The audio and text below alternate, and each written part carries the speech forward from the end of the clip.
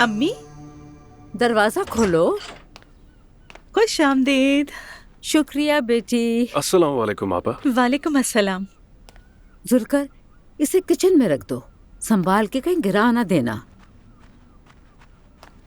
چلے امی بیٹھتے ہیں. آپ کا دن اچھا گزرے. بہت شکریہ.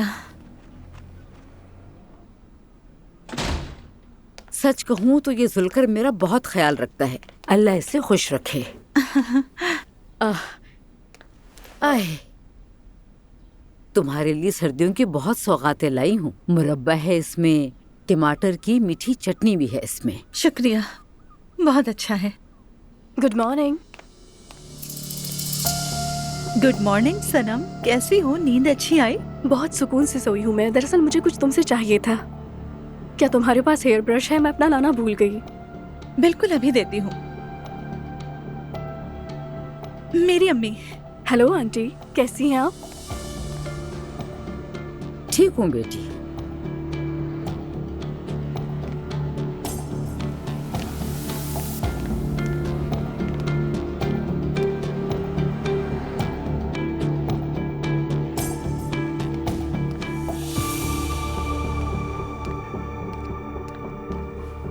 یہ لڑکی کون ہے؟ انقرہ سے روحان کی یونیورسٹی کی دوست ہے. نور، کیا تمہارا دماغ خراب ہو گیا ہے؟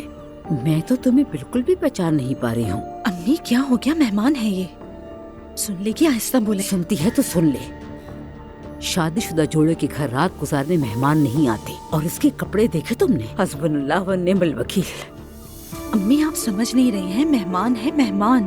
مشکل میں تھی کیا ہم اسے سڑک پر چھوڑ دیتے؟ بالکل بیٹا، وہیں چھوڑ دیتے. کیا کسی بھی دوست کو گھر میں لا کے رات ٹھہرانا ضروری ہے؟ گھر میں کوئی ایسے بےہودہ کپڑے پہنتا ہے؟ توبہ استغفر اللہ. امی آپ یہ کیا کہہ رہی ہیں؟ وہ سن لے گی.